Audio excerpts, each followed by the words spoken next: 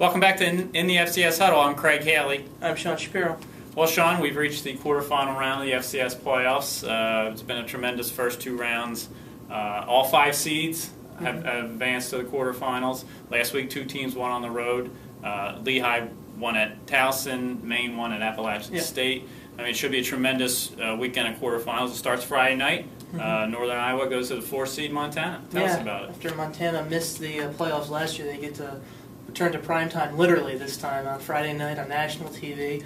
Montana's been clicking lately. Obviously, they finished the season off with beating their rival Montana State pretty badly, and then last week they crushed Central Arkansas. It's a team that is rolling on both offense and defense lately. Really well-rounded team right now. There's not much negative you can say about Montana right now. Sure. I mean, the defense, Caleb McCurdy, Tremaine Johnson, I mean, that's going to be a tough matchup for Northern Iowa's running attack. Yeah, Northern Iowa is a team that if they're going to go in there, they're really going to have to try and control the clock, control some of that time. And it's going to be a tough environment. Going into Washington Grizzly Stadium is a very tough place to win. I think it's their last 31 games there, Montana's 30-1 at home. Amazing.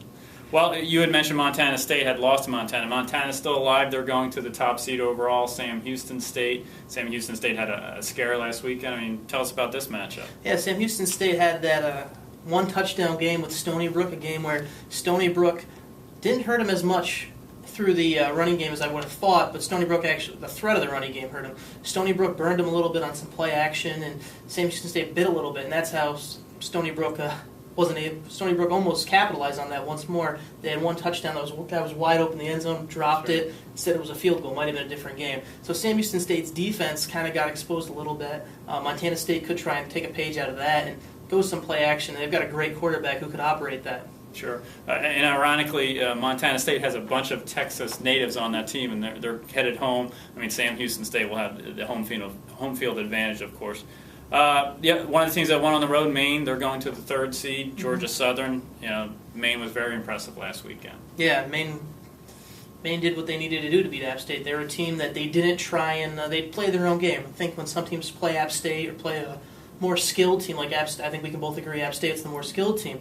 They didn't try and outskill them. They didn't try and outspeed them. They just played their own game. They hit them up the middle, and then every once in a while they connected for that big play, which was really burned App State. And so Maine's a team that, if they stick to that same game plan, something where it could give Georgia Southern some trouble. And as you've seen, if an option team gets behind and Maine can take a lead early, this game could start to lean towards Maine pretty early. Sure. I mean, Georgia Southern, they score 55, but when you give up 48, that's cause for alarm. And they did give that up a week ago. Lehigh, also a road winner, as we mentioned, at the 4th seed, North Dakota State. That's a tremendous matchup, offense versus defense. Oh, another great game. Lehigh's second time in a row. They've defeated a conference champion that they weren't expected to do. They beat Towson last week. They went into Northern Iowa and won the UNI Dome last year. So Lehigh's a team that's got that veteran quarterback and that veteran leadership, it seems, too.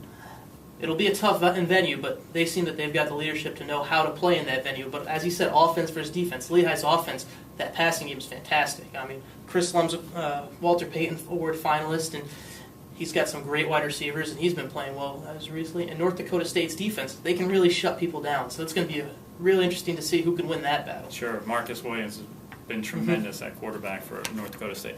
2 Missouri Valley teams have made it this far, 2 Big Sky teams. Those conferences can really take a lot of pride in that. We also have the SWAC Championship game this weekend. It's a rematch. I mean, you have to go all the way back to September. Yeah. Grambling State and Alabama A&M. Alabama and A&M won 20-14 at Grambling, but whole new scenario this time. Yeah, this is one of those games where I guess if you want to use the old cliche, pride is on the line. And throw out the records, whatever you want to say about it. It's one of those games where it's the SWAC Championship game. Both teams are going to come in to win, and they've met here before. This will be the 4th time that these teams have met, and Grambling's won all 3. So I'm sure Alabama A&M wants to reverse that trend, and they really need to. They would love to pick up that victory. Sure. I mean, Doug Williams has returned to Grambling and done what they asked him to do, get him back to the SWAC title game, and he's done it in his first year back. His second stint coaching there. So that should be a tight game as well. Yeah. Another thing about the SWAC Championship game, funny fact is, not technically Grambling State, but the past 7 SWAC winners have all been nicknamed the Tigers, whether it's one team or another. Pretty amazing. Well, again, we'll be back next week as we cut the FCS playoff field to semifinals. Yep. Should be a tremendous weekend. Hope you enjoy.